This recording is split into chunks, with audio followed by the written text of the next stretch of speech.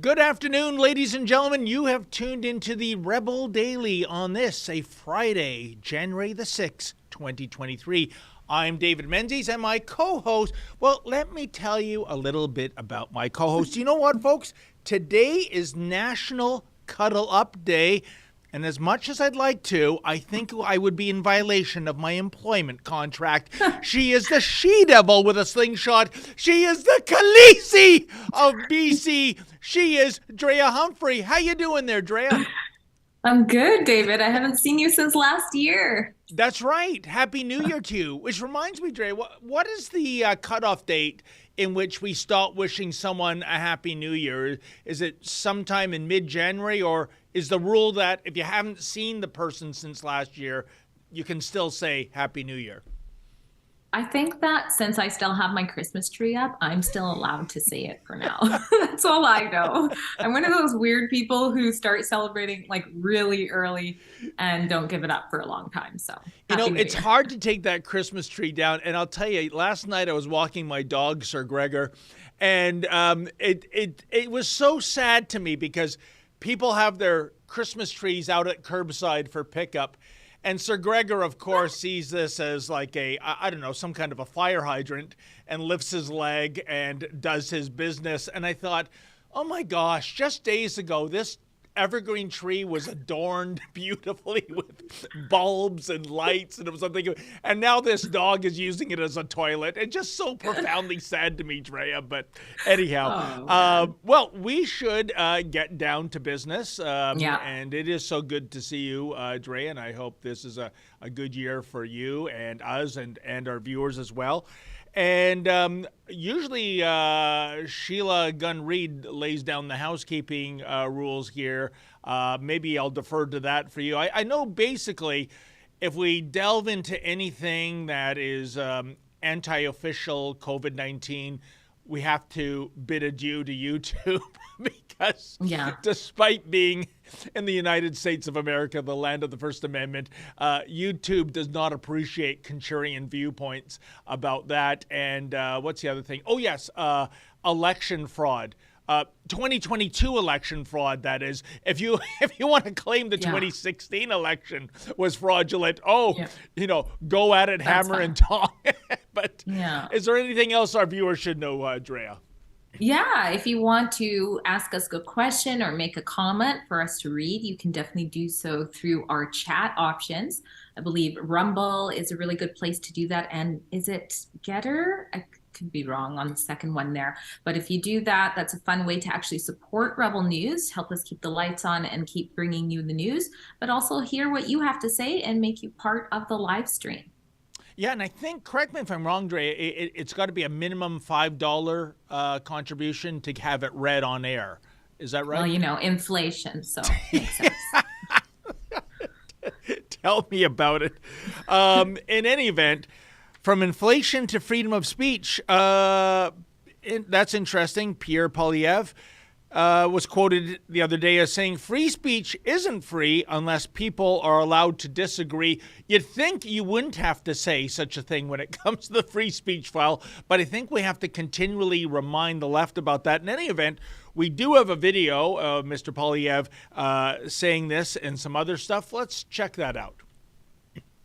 So the Ontario College of Psychologists has told Jordan Peterson that he either undergo retraining for social media etiquette or lose his license to practice as a clinical psychologist. This follows a number of complaints by people who don't like his online posts, one of which is a retweet of something I posted, another is a criticism of Justin Trudeau. Now, it should go without saying that in a free country, professionals should not lose their jobs and licenses because they express a political opinion contrary to the licensing body that's mandated by the government. But, of course, in saying this, my liberal critics in the media will, of course, say, well, Poilievre agrees with freedom of speech for someone like Dr. Peterson, therefore he must endorse everything Dr. Peterson has ever said. Well, of course not. I don't endorse 100% of everything anyone has ever said. There's no two people in the world who agree 100% of the time on 100% of things. And so I'm sure there is something he's posted that I do object to, but that is not the point, because freedom of speech only matters when you disagree. I mean, if we all agreed, we wouldn't need freedom of speech, because no one has ever tried to censor someone for saying something that they agree with. It is only when there is a disagreement that it matters. And that's what distinguishes Canada, a free country, from dictatorships. Dictators don't censor things their citizens say that the dictator agrees with, only things they disagree with. Here in Canada, though, unfortunately, through the cancel culture and the woke movement we've seen at university campuses and in the media, and now increasingly in big, powerful corporations, and most recently with a professional licensing body, we're seeing the idea that someone can lose their job, their status, their ability to study because they express something that is contrary to the government line. Now, I don't believe that is the Canada we want. We have Section 2B of the Charter of Rights and Freedoms. To be or not to be, that is the question. And the answer is that, as Voltaire has been quoted as saying, I may not agree with what you say, but I will defend to my death your right to say it.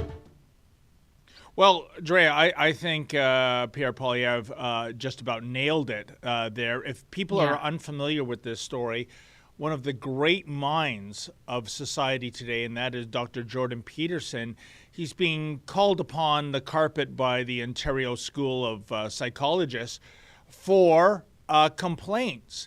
And the complaints, this is crucial to this story. It's not from a current or former patient. It's not regarding any kind of inappropriate behavior, sexual misconduct, etc., the kind of complaint you would expect a doctor or a psychologist or a psychiatrist to be investigated for, or a lawyer for that matter. These are complaints by people in the social media universe, in the Twitterverse, that have objected to his tweets, to his comments. There was a funny one, quite frankly, where someone was fretting about world overpopulation, and Jordan Peterson said words to the effect of, you're free to leave anytime. I probably haven't got that quote verbatim.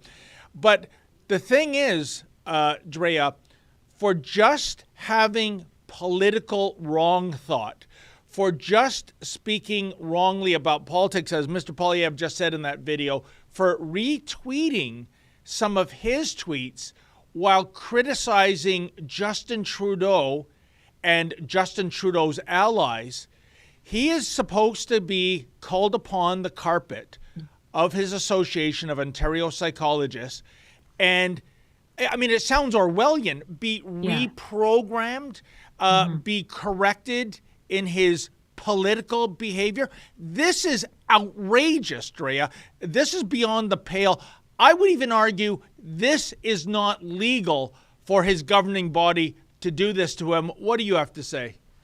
Well, first of all, you're right. That everything that Pierre said is right on the money. I mean, just so much logic and a brisk walk. It's so casual. That's what I like about it. It doesn't look scripted like Dr. Tam's COVID Santa message. But it's not that surprising, one, because it's Canada, unfortunately, but two, because it is a regulatory body. And we have seen this same type of behavior with the physicians who have been speaking out their medical opinions that, don't line up with COVID. So I wasn't exactly surprised to see, that comments that he said on Twitter were used against him, because that's something we've seen over and over, at least in the COVID stories that I've studied. But it's interesting also that they are going after Jordan Peterson. I mean, when they came after him before, not the college specifically, but just in general, people for his political opinions or what have you, it didn't end well, did it? I mean, he just got to a way broader audience. I think he's up for the fight, and this isn't going to end well this time, at least for the ones who want to censor his opinion, which is, I don't agree with everything that he says, but 9 times out of 10 or more, I would say it's just complete straightforward logic. That's all it is. It is astonishing to me. This is next level cancel culture wokeness to me, Drea. And it shows you how in just little over a generation, everything has changed. I mean, I go back to when I was in university at Ryerson, or whatever the hell they call it now. There's an example of an institution that got canceled. But I think back to those days, Drea, and you could have debates on campus. The most contentious issues imaginable: gun control, capital punishment, abortion. And then after the debate wrapped, you could go to the campus pub, share a beer, and go on with your lives with the person that you were debating. Now there's some rot, some disease that set in that if you do not agree with me 100%, your voice will be silenced. You will be canceled. Oh, and by the way, Drea, canceled as in forever. You never get out of that penalty box, even for the most heinous crime imaginable. First-degree murder. In Canada, typically, if you've been a good boy or good girl behind prison bars, you're out in 25 years. You've paid your debt to society. You get a second chance. But when it comes to a thought crime in Canada, no. You are forever eradicated. You are canceled outright. And they're trying to do this to someone who is not in any respect dangerous. Quite the contrary. He's helped so many people get on with their lives. And again, the reason is we don't agree with your politics. Again, I don't see how this can even be legal. And you bet your boots, this will be challenged in the court of law. Yeah, absolutely. And I'm glad that we are helping, sort of walk the path for anybody who wants to challenge it themselves in just a matter of seconds. We have an very easy steps that you can do. I think it's at savepeterson.com or .ca. My bad. But you know what, Dre? As a matter of fact, if I can ask Efren and Olivia to call up, Sheila Gunn Reed had a great little video on this subject, premiere last night, and it says it all adroitly. It spells out, especially if you're unfamiliar with what's going on with Jordan Peterson, what a horrible witch hunt this is for someone who dares to think differently than his the masters at the School of Psychology in Ontario. It is just unbelievable. Efren, do we have that video? Okay, this is worth watching, folks. Check it out. Yeah. The College of Psychologists' job is to make sure that psychologists practice psychology in an ethical way. For example, if a psychologist were to take advantage of a patient, but they've been hijacked by activists, by people making complaints against Dr. Peterson, not for anything Peterson's done to them as patients, because none of them are patients. The complaints are about Dr. Peterson's political comments on Twitter. Seriously, let's go through some of the offending tweets. When one Twitter user claimed that the planet was overpopulated by human beings, Jordan Peterson tweeted, "You're free to leave at any point."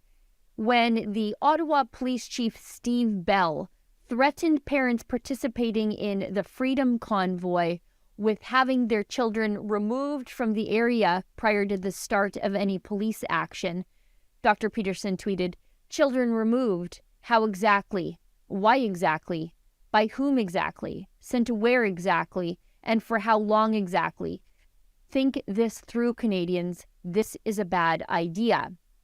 In response to a New York Post article about Sports Illustrated putting an arguably obese model on their cover, Jordan Peterson tweeted, "Sorry, not beautiful, and no amount of authoritarian tolerance is going to change that." What on earth does the College of Psychologists have to do with Peterson debating public political issues of the day? Now, you can agree or disagree with any of Peterson's political views, but where does a group of censors with the power to end someone's career get off telling them what they can and can't say about non-psychology things?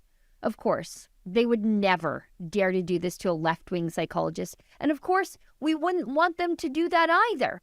Not only are they censoring Dr. Peterson, or at least they're trying, they've demanded that he submit to a coaching, a re-education about what to say in public politically. Some unknown censor now gets to tell a leading public intellectual what he can and can't say, and if he doesn't comply, he'll be banned from treating patients. That's just wrong. So pick up the phone and call this group, the College of Psychologists of Ontario, at 416-961-8817. Now remember, please do not be mean. The person who answers the phone is likely just the receptionist and not the people demanding Peterson be censored.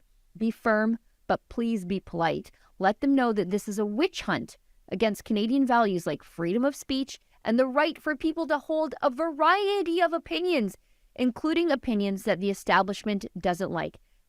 That's really the whole point of free speech, isn't it? To be able to criticize power, not just obey it.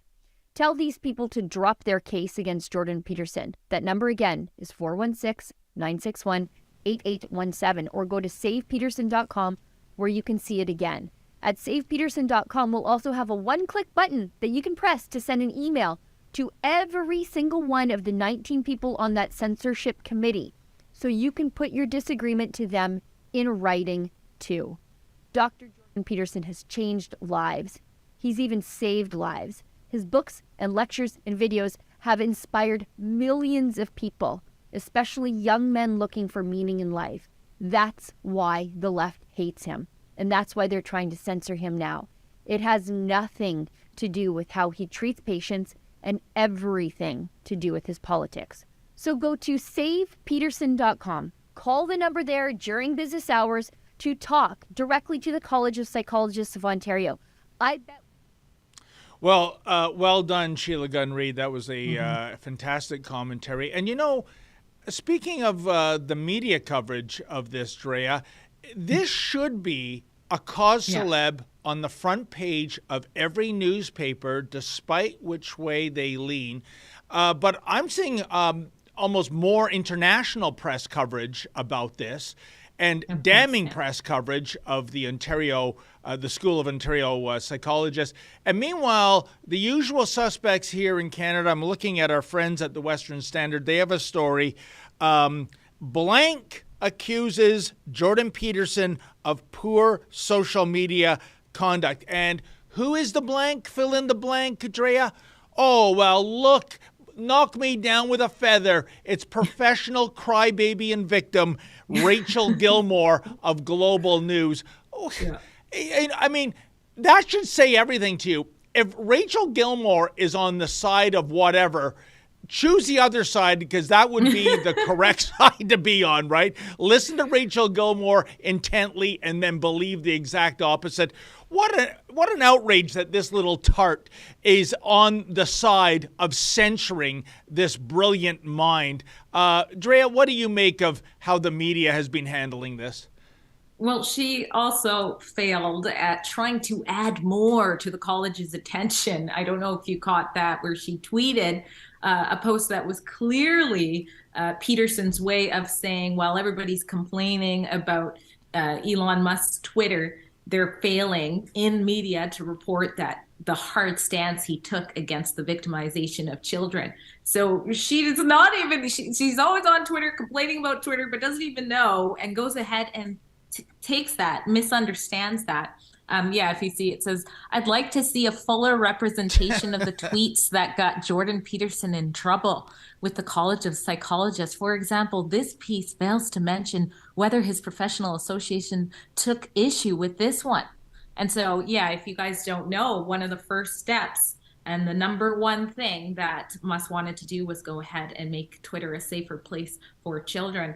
But, it's not so surprising. And actually, the next story we're going to talk about is what the news is covering, or what the state-backed news, I should say, is covering, and more of the whole cancel culture related to this issue. Instead of talking about the attack of free speech that's happening here, they're trying to cancel a BC MLA. If you look here, it says Kelowna MLA called out for promoting transphobic content on social media. Renee Merrifield liked a post. I mean, if that is the subtitle right there, if that's the most damning thing, is that you're liking a post It's not even your words. You liked a post about transgender bathroom bans and retweeted a post from Jordan Peterson. How sad. Oh my goodness. How is this journalism? And I love at the top of the article, it says, editors note this story includes phrases that readers may find upsetting. It has a trigger warning right there. Like, it's so, like, I can't even. So basically it says one of the posts and questions happened on January 3rd when Merrifield, quote, tweeted Jordan Peterson, who is well known for refusing to use gender-neutral pronouns and amplifying transphobic rhetoric. In another instance, Merrifield liked a tweet from Kara Dansky, an author who has called transgender people a lie. So, yeah, I'm going to actually do a full write-up on this. But, I mean, what is happening? Liking and retweeting is getting the full article, but yet the free speech discussion, no word about it. Well, no, absolutely, Drea. And I think we now live in a culture where we have to go by the mantra from the left, which is essentially this: if it's trans, it's good, and if it's good, it's trans. And another mantra they say, and I had this personally uttered to me by Sherry DeNovo, a former Ontario NDP MPP, and it was regarding canceling somebody who was deemed transphobic from speaking at a Toronto library. And all she would say to my questions, my line of questions, which pertain to the unfair advantage biological males have in female sports, is simply, trans women are real women. Trans women are real women. This is a former member of a provincial parliament saying this.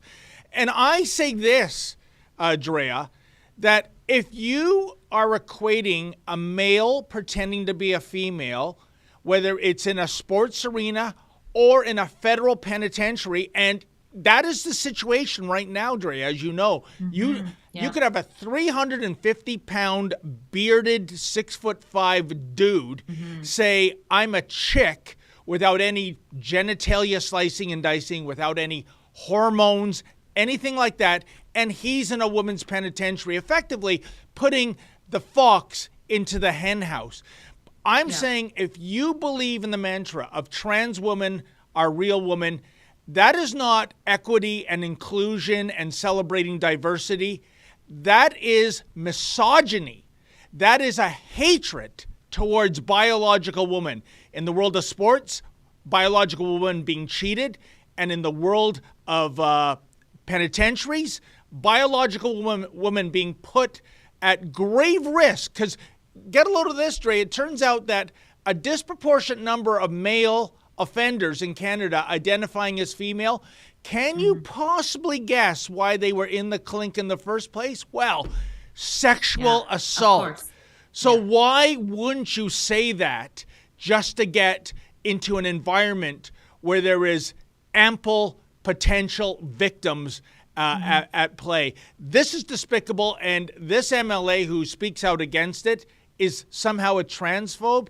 Give me a break. Yeah, without even speaking out. You know, you just reminded me, I don't know if you've done a follow-up, but we should look into that story you covered of that trans woman, but had done nothing. Remember in the park, he had sexually assaulted a child, and the articles just referred to him as a woman named Ruby. What prison did he end up going to, or is he even in prison? I don't know, but you know what? It's worth following up. I'll tell you, I had the guest host for Ezra on Wednesday, and my monologue, Drea, was the case of Scott McLaughlin, who at time of execution in the state of Missouri is Amber McLaughlin. I'll tell you this much. Take a look at that guy's mug. That's not amber. That's a red light, if you get what I'm saying. And what I found uncanny is that it's not news that there is an execution happening in the United States of America. There are hundreds of people on death row in the U.S. There are dozens killed every year. But somehow, because this guy was allegedly trans, and I say allegedly because it was only very recently he started wearing a wig and earrings and some garish makeup. I think we'll have a photo. There he is. That's Scott, a.k.a. Amber. Suddenly you had Democrats. Suddenly you had those in the mainstream media pleading for clemency. And I'm thinking, first-degree murder is first-degree murder. The woman, the real biological woman he murdered and raped and put the corpse in a garbage bag and tossed it into the Mississippi River, that's merely an afterthought, right? But that woman lived months of her life, Drea, in mortal fear. He was stalking her. It was not uncommon for her to phone the police to get an escort from her office building to the parking lot to get into her car because he was behind some tree or even in the hallways of that office building. No, all that depravity is glossed over. Why is it that being trans or allegedly being trans, that means you're not equal, but rather you have extra special rights? Can you possibly explain why that is, Drea? Well, we had equality for all in Canada. And so this agenda, this radical trans agenda, has nothing to do with equality and everything to do with dividing us, keeping us in these little labels, and then pitting us against each other every chance they get, whether it's race, whether it's your political view, whether it's your what you liked on Twitter. That's what I think it is. It's about division. So we're so distracted going at each other's throats and not paying attention to who's really shaking the box. Yeah, and I think the more we delve into this, I think what we're looking at is another tentacle of Marxism. And as you know, Drea, Marxism, it's all about tearing down society and rebuilding it as a communist utopia, which never works out, of course, but that's besides the point. And I'm telling you, if I told you 10 years ago, even 5 years ago, if I said to you, Drea, you know what? I'm going to set afloat an ideological perspective where it will be impossible to define what a woman is. Would you have believed that 10 or even 5 years ago? And yet here we have in the U.S. a United States Supreme Court judge who cannot define what a woman is. It's come to fruition. So if you can take something... She just won't. They just won't do it. Yep, good point. But in that case, you're bending the knee to the woke cancel culture mob, which is probably even worse. But I'm saying is that if you can disprove basic science, i.e. there are males and there are females, and instead believe, well, no, it's all fluid. If the dude wants to be a chick and the chick wants to be a dude, hey, that's okay, anything goes. Well, then you are further along that train track to dismantling society to break it down. Yeah. No, I wouldn't have believed that years ago. I certainly believe it now. And it's beyond what a woman is. I mean, last I checked, over 50 different genders. I mean, who's counting? Who is counting there? I see some TikTok videos of people struggling because even amongst the 50 or whatever it is, they can't find the label that they think fits them. And it's like, gender dysphoria is a real thing, a very rare thing. And now we're just seeing it, especially in certain countries over others, accelerate. How can that be a natural thing? That's a very important point. And I always think back to, I think it was December of 2017, if I'm remembering the chronology, but it lives in my brain as though it aired yesterday. And it was Stephen Ledoux, who used to be the president of the Liberal Party of Canada, on Tucker Carlson Tonight, talking to Tucker about the Ontario, I think it was the Ontario Elementary Teachers Union, saying there was something like, I think it might have been 58 different gender pronouns. And Tucker quite innocently asked Ledoux, and remember, Ledoux was there to defend all this pronoun madness, and B, to defend the fact that Canada is a bastion of free speech. And Ledoux at the time was a personality with Bell Media. And Tucker, like I said, quite innocently asked him, for example, he's going through the list, what's Two-Spirit? And Ledrew said, well, Tucker, that's clearly somebody who's confused. They don't know if they're fish or fowl, Nope. frick or frack. Well, oh my God. Ledrew called members of the trans community confused. So what happened? He was suspended and then fired because the the LGBT mafia had a conniption. So so much for Canada being a bastion of free speech, because if you dare take a contrarian view to the trans agenda right now, as that politician in your neck of the woods is finding out, the mob is coming after you like the villagers in a Frankenstein movie, carting around pitchforks and flaming torches. But the good thing about this is the more ridiculous it gets, the more obvious it is to the silent majority that, A, they don't have to be silent anymore, because it's just such a clown world that they can feel more comfortable to talk about these important issues that are literally shaping our country right now. So I think that that's the silver lining over everything that's happening. You know what, Drea, I think you've really touched upon something important. I speak about this with my friends and colleagues all the time. Are we at peak madness yet? Or do we still have more, several more months or even years to go before that pendulum initially swings back? I don't know what triggers the pendulum to swing back. Not that I'm cheering for it. Maybe it's a world war. Certainly, since Trump left, the world has never been a more dangerous place in recent memory. And I'm thinking if we are focusing on something truly important, i.e. life or death, the defense of our democracy, etc., maybe then we start behaving like adults and not bending the knee to, quite frankly, people who might be mentally ill. Mm-hmm.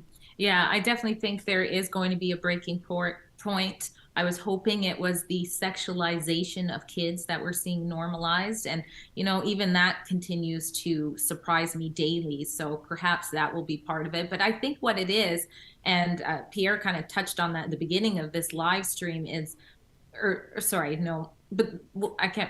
mixing up two things. But basically, people start to pay attention when the tyranny or the Marxism or whatever comes for them and what they believe in. So there's all these different tiers of people awakening, for lack of better words. And I think it's just a numbers game at this point. No, you're quite right. Andrea, I see we're already over time for our first ad break. We got to try to sell the merchandise, move the merchandise, as I say in marketing. So if we can just run that ad and we'll get right back to, oh my goodness, something's happening at Victoria's Secret. That perks my curiosity. But in the meantime, let's check out this ad. Well, the remains of 215 children have been found in a mass grave in Canada. Many of you know that just over a year ago, the discovery of the remains of 215 children was found at the Kamloops Indian Residential School at the Kamloops First Nation. But what if I were to show you that what I just said wasn't true, and that in fact, a year later, not a single body has been found? This mass grave is a painful reminder of the genocide. Canada's leaders aren't condemning the burning of churches. No, they're endorsing the burning of churches. A juvenile rib bone that surfaced in the same area. You'd be surprised the number of people who say, I'm a doctor, I'm a paramedic. This is definitely a human bone, and it's definitely not. Looks like the chief. It is. Could be.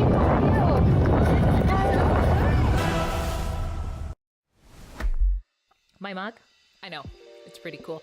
So is this hoodie I got on, and you could have it on too if you check out our special website at rebelnewsstore.com. That's where you can see Freedom Focus hoodies that we have for you, beanies, cell phone cases, you name it, all while supporting our journalism, where we fight to bring you the other side of the story, as opposed to, being forced by the Trudeau government to fund leftist media out of your taxes. The truth is, without you and your generosity, there is no Rebel News. So again, if you like the reports that we bring you and that we also fight for freedoms in Canada, please consider doing some shopping, picking up some swag at rebelnewsstore.com. We appreciate your support. Say, Drea, before we get to a couple of our super chats, regarding that superb documentary that you did, just excellent work. Do we have any update right now of any new developments regarding it? Well, I have done a couple of reports that sort of continue on to that. So I believe we are putting them on to the Kamloops documentary.com website, but I will double check that just in case. So you might catch some of those updates. And yes, it's definitely a beat of mine that isn't going anywhere. We don't have any definite answers of what's actually underneath there, but more and more is, being chipped away at that narrative that unfortunately so many people still believe to be true. Yeah. And you know what? Not much, if any, pickup from the mainstream media about this. It is, it's like a third rail to them to even question the narrative, isn't it? They're not even going back and quietly updating their previous articles, right? Thinking nobody's going to really notice. It's actual misinformation, and the fact checkers are silent about it as well.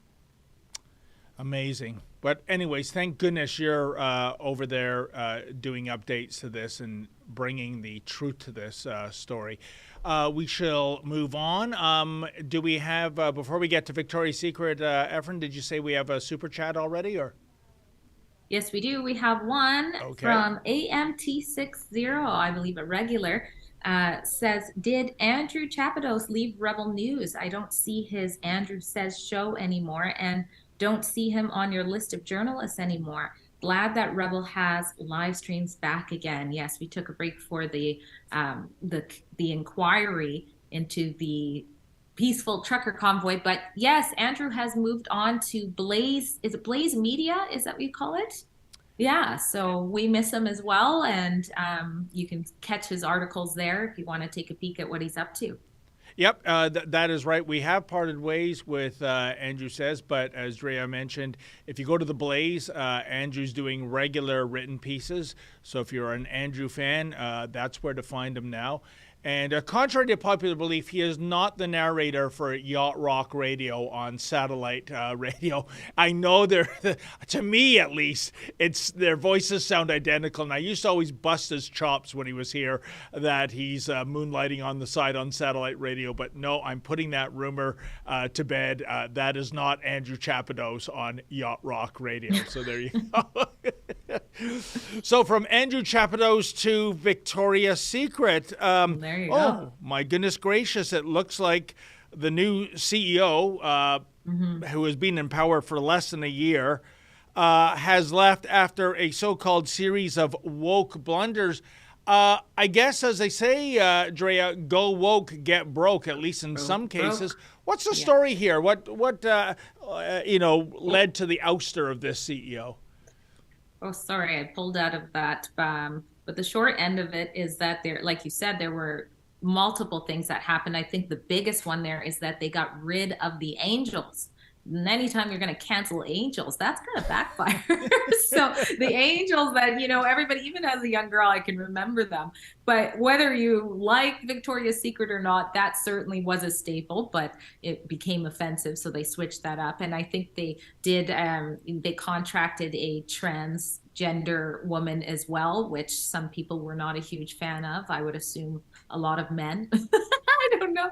But so those are some of the huge things. I have to find the article itself. And I'm sorry, that's too small. I wear distance contacts. So sometimes no, but you know what? You're quite right, Drea. I mean, imagine that. Without doing a lot of research about Victoria's Secret, I'm going to guess that their target audience is women. I'm saying maybe 95% women, and the other 5% are probably guys buying gifts for their girlfriends or wives. The idea of having a transgender person wearing all this frilly lingerie, what the hell is she thinking? What is the market for transgender people shopping at Victoria's Secret? How many zeros after the decimal before you hit the percentage sign do we have to talk about? I mean, like 0.0000001%.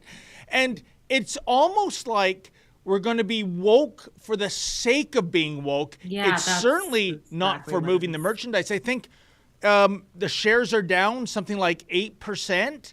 So, Yeah, they're projecting wow, them to continue going down. look where your wokeness got you. People fleeing your stores in droves. And the CEO is in and out. And that's the thing. I mean, this woke culture and the cancel culture, they start to go after their own. Like, even their own just can't handle it anymore. They're like, I'm out of it. Nothing makes sense. And, you know, who knows? I mean, we can't put words in her mouth, but maybe she had some ideas of how to make things go better. And that just kept getting pushed back for, you're right, the small, minute percentage of a population that isn't your consumers.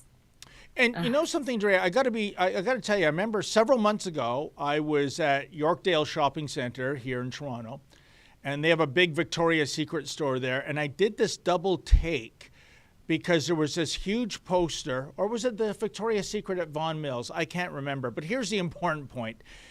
It was this poster of like a quintuple XL model in their lingerie. And again, I think this is more towards wokeness. Now, full disclosure, as a heterosexual male, I have never been, you know, attracted to the supermodel look. I think those women look like they're starving to death. I think they look like they have the body shape of an adolescent male. I always have this urge to shove a jelly donut down their throats to give them some nutrition or sustenance or what have you.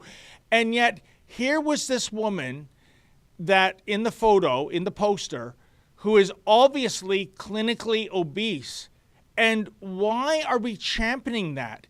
If you are obese, Drea, you are going to end your life prematurely. Don't take my word for it. Go to any doctor. You know, heart complications, diabetes, liver disease, you name it.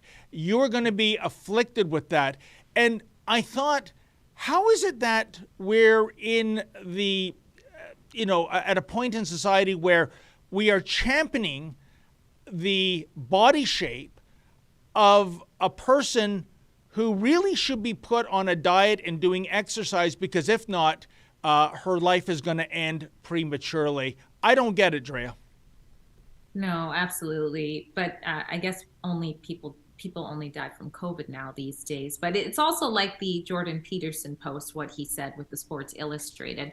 I mean, I wouldn't call her morbidly obese, but certainly when we're talking sports, she wasn't the picture of health you would normally see. And I thought she was beautiful, or think she was beautiful, but he had a valid point in that this just doesn't make sense. So it's interesting how we're seeing the same things over and over in different companies, and they're just manifesting themselves. But again, the more it pops up, the more advertisement about, no, enough is enough. People are they're not going to entertain this much longer. And you know, it's funny, what you're talking about, the Jordan Peterson tweet, where he was looking, it was a Sports Illustrated swimsuit model, plus size. Like you, I found her very attractive. But I'm telling you, Drea, compared to the Victoria's Secret model I'm talking about, that Sports Illustrated model is skinny mini compared to the large Marge I saw on their signage. So, and again, it goes to what Pierre Poilievre said. Even though I'm a huge Jordan Peterson fan, I don't have to agree with 100% of what he said. And I thought that Sports Illustrated model was very attractive. I'm speaking again, personal belief as a heterosexual male, as unfashionable as that is these days.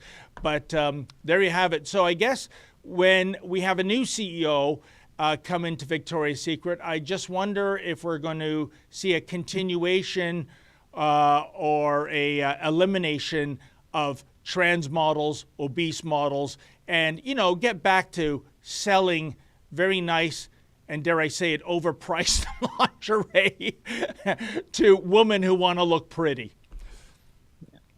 All right. So what are we on to next? Yeah. I think, oh, sorry, I'm having a lot. Oh, here we go. We have another chat here. This time it's from Georgie, $7. Thank you very much. Says, hey guys, nice to see you guys again. What happened to Lewis? Okay, well, maybe you can fill them in about Lewis. Lots of changes, yeah. Because I don't know exactly where he went off to. You know, I love Lewis. I thought he was a fantastic guy, but there was some UK media outlet that I believe he got a gig with that he found was more appealing. I haven't checked it out, in all honesty. I don't know if it's... I see it here. Sorry. Our great team behind the scenes says Lewis moved on to Iconic Media, David Icke's organization in the UK. So. Yeah, so there you have it. But, you know, I always have time for Lewis, and I wish him all the best with Iconic Media, and maybe that was more to his liking. But we still have people like Super Cameraman Ed in the UK, don't we, Drea? We do. We still have lots. We still have a large team here. So, yeah, we're still the rebels. That's right. Any more Super Chats there, Drea? I don't see. Not right now. Okay, then. I think a lot of people are used to us not being on the air, especially at this hour. But as you know, folks, we used to always be airing our Rebel live stream, as it was called then, from 12 noon Eastern Standard Time. And then, of course, the Emergencies Act inquiry came along, and we had to put all of that live stream activity on hold because, well, Drea, we really had to pay attention to the shenanigans going on, because if you relied on the mainstream media in terms of what was being said under oath, you would get a radically different narrative than what we picked up on. Yeah, no one was going to cover that like we did, and just like with the convoy itself. So, you know, it is what it is. We have to be there. Yeah, indeed. So we are back. Spread the word, whoever's watching, and it's new time, 1 p.m. Eastern Standard Time, moving forward. So, oh my goodness gracious! Again, knocked me down with a feather, Drea. CBC faked their equity claim. This is from Blacklock's reporter. And the CBC, I love this, self-described industry leader in equity hiring, has a less diverse workforce than the Department of Agriculture. According to Access to Information Records, managers disclosed most CBC employees are white, English-speaking men. Oh, my goodness gracious, Drea. That's almost like a Jordan Peterson thought crime these days. So, again, do you see a trend here? Yeah. CBC doing these equity reports on major corporations saying, why isn't there a more diverse workforce? Yeah. CBC doing climate change reports on corporations saying, why don't you have more hybrid and electric vehicles? Why are so many of your vehicles on fossil fuels? And yet here we have most of CBC employees, white English-speaking men.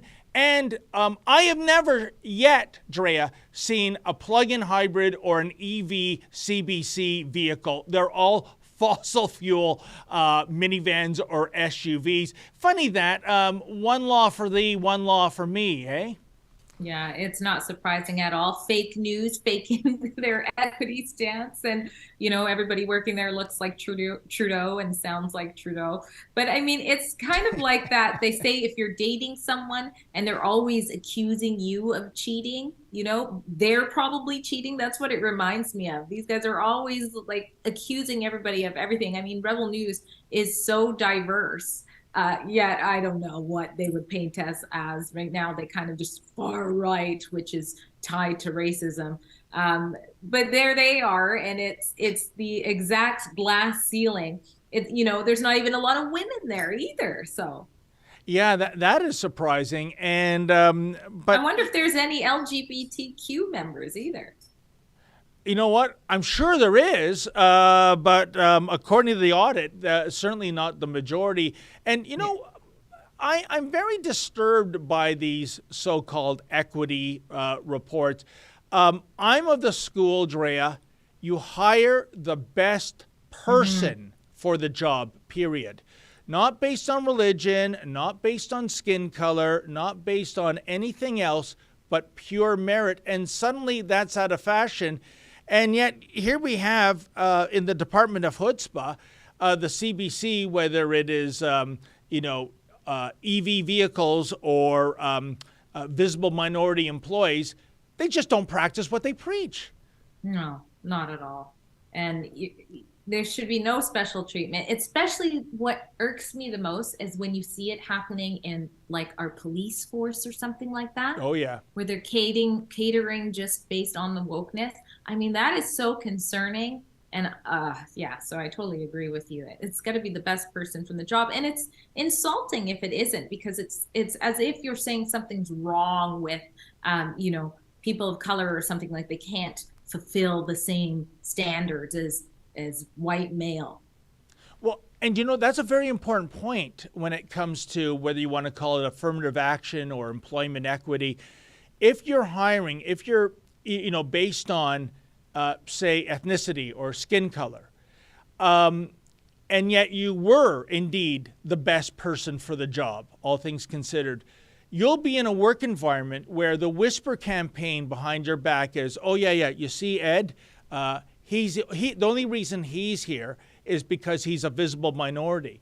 So I'm saying and that might not be true. It might be that Ed was the best person, but if you have these kind of affirmative action targets in place, you're doing a disservice to the person that you eventually hire. Yeah, absolutely. And sort of on the same note, we have an article here, the Globe and Mail, BC top court broadens sentencing law aimed at reducing Indigenous incarceration rates. I mean, this is an insane story. It's obviously more specific to British Columbia, but the decision could be read across Canada. And basically, it's based off of a man who stabbed someone completely unprovoked. There was loud music happening and they just went and stabbed someone. But because they had recently discovered they were Indigenous, you know, there should be some sort of grace for that due to, you know, colonization. I mean, it's so crazy. If you read this article, what's going on. I mean, if someone stabs someone for no reason, for a common thing, for neighbors being loud, that's actually a pretty common thing. Yeah. We should be giving them more time, not less, regardless of what color they are. But how are you able to excuse actions in life because of colonization when you didn't even know you were Indigenous until yesterday?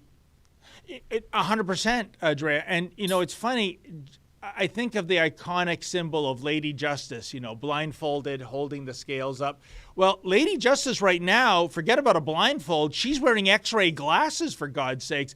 I mean, let's call this for what this is. We now have a race-based justice system that goes completely contrary to justice. And riddle me this, Drea.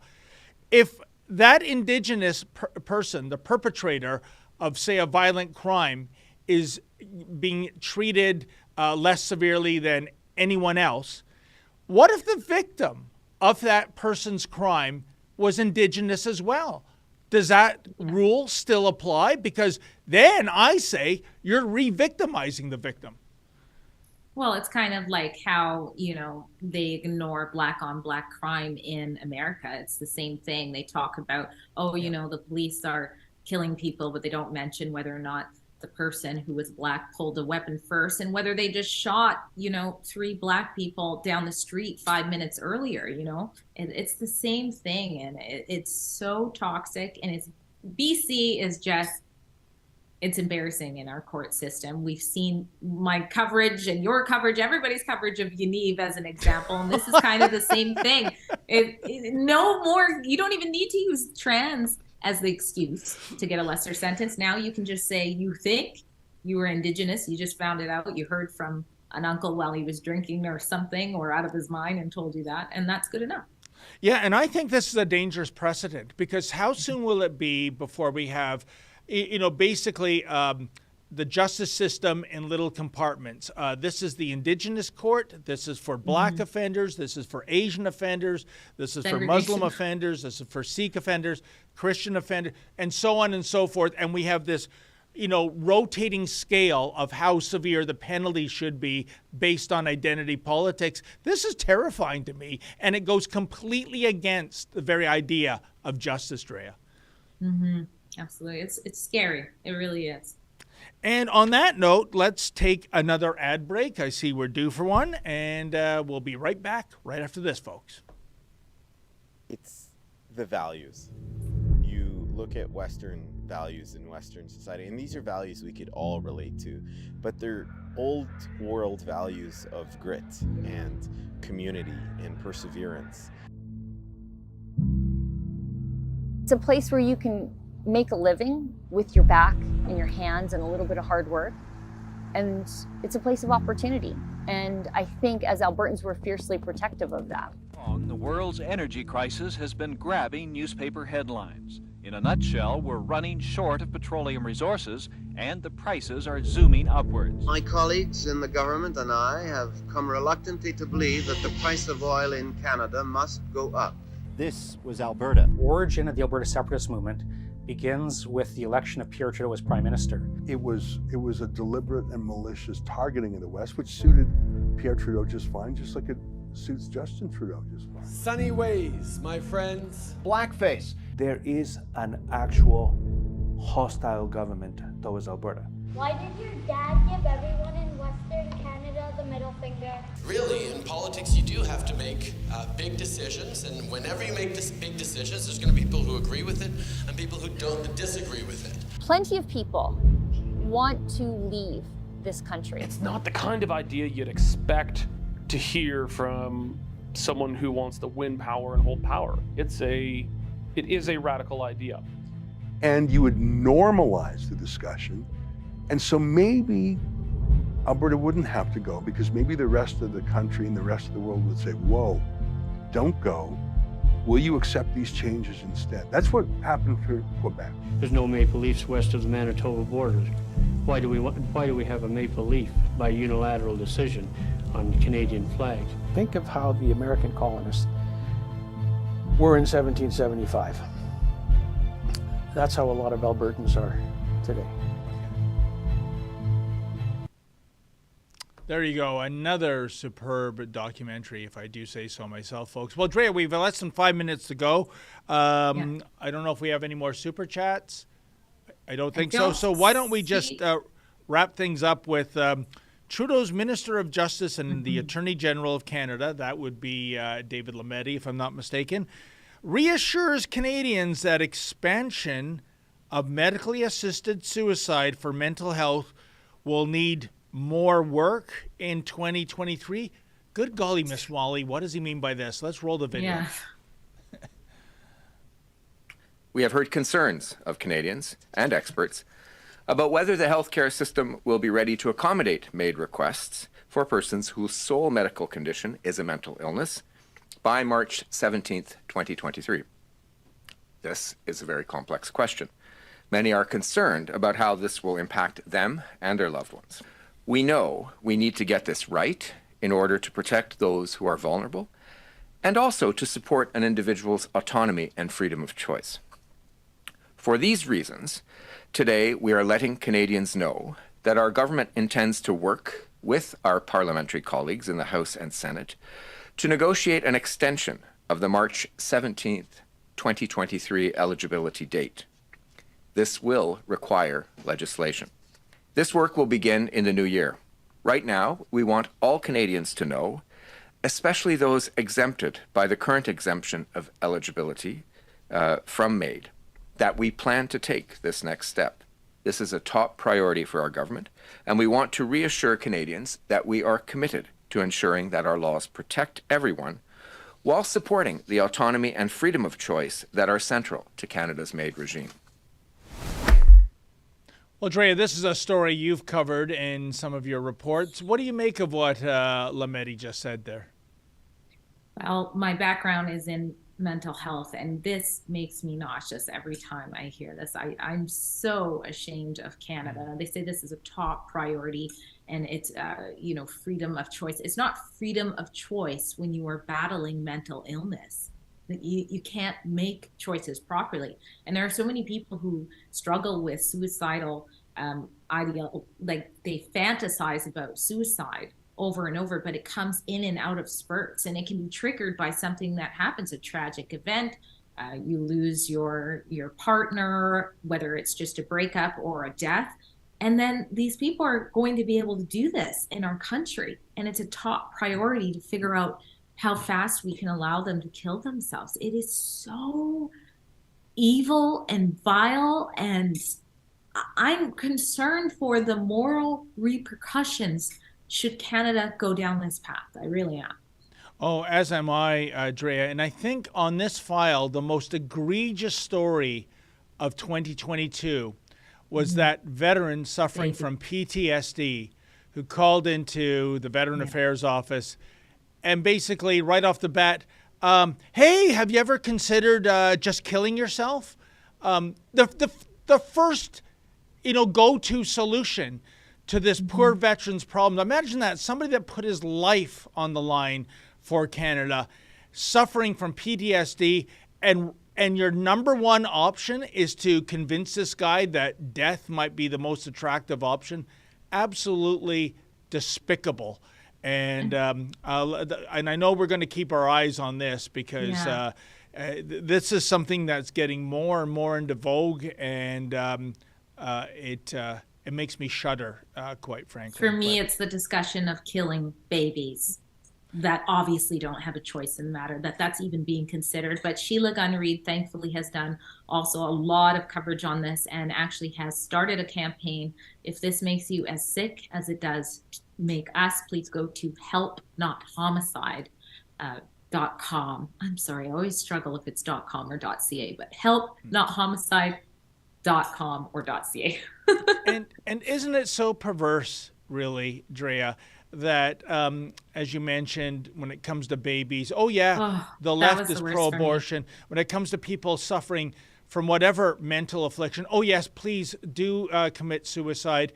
And yet, like I said earlier this week in Missouri, a first-degree murderer, you see the media and certain Democrats going to bat for him simply because he is pretending to be a she, and not even considering the victim of this man, who was a woman in her prime, who was raped, murdered, and then thrown in the Mississippi River like a piece of trash. I can't connect these dots whatsoever, but thank goodness that Rebel News, despite what Justin Trudeau wants to see happen to us, we are alive and kicking in 2023, and we're going to continue to cover these important stories, the stories the mainstream media wants no part of, or gives you a narrative that is, quite frankly, contrary to common sense and common decency. Well, Drea, I think that wraps it up for today's show. Thank you so much for taking time out of your day. And I know Sheila Gunn Reed is incredibly busy with, all kinds of things, really. And but we will be back. That is the Rebel Daily on Monday, 1 p.m. Eastern on Monday, folks. Oh, and before I go, Saved by the Bell, one more chat. We're going to end on one more chat from Shauna Marie, G83. And that is a $10 donation. Thank you so much. Says, hello and happy Friday, David and Drea and all the rebels working behind the scenes. It is so good to have you back. I have so much respect for the work that you do, who you are, and what you stand for. Well, thank you so much, Shauna, but Rebel News is nothing without our supporters like yourself. So thank you so much for your donation and your words of encouragement. And thanks everybody else who tuned in on this live stream. 100%. In Shauna Marie 83, I'm always intrigued, Ray. I don't know if you are. Whenever I see a number attached to a name, does that mean the person was born in 1983, or is Shauna Maria 83 years old? I doubt that. Or is that just some sort of lucky number? In a future broadcast, Shauna Maria, you're going to have to educate us on the significance of the number 83.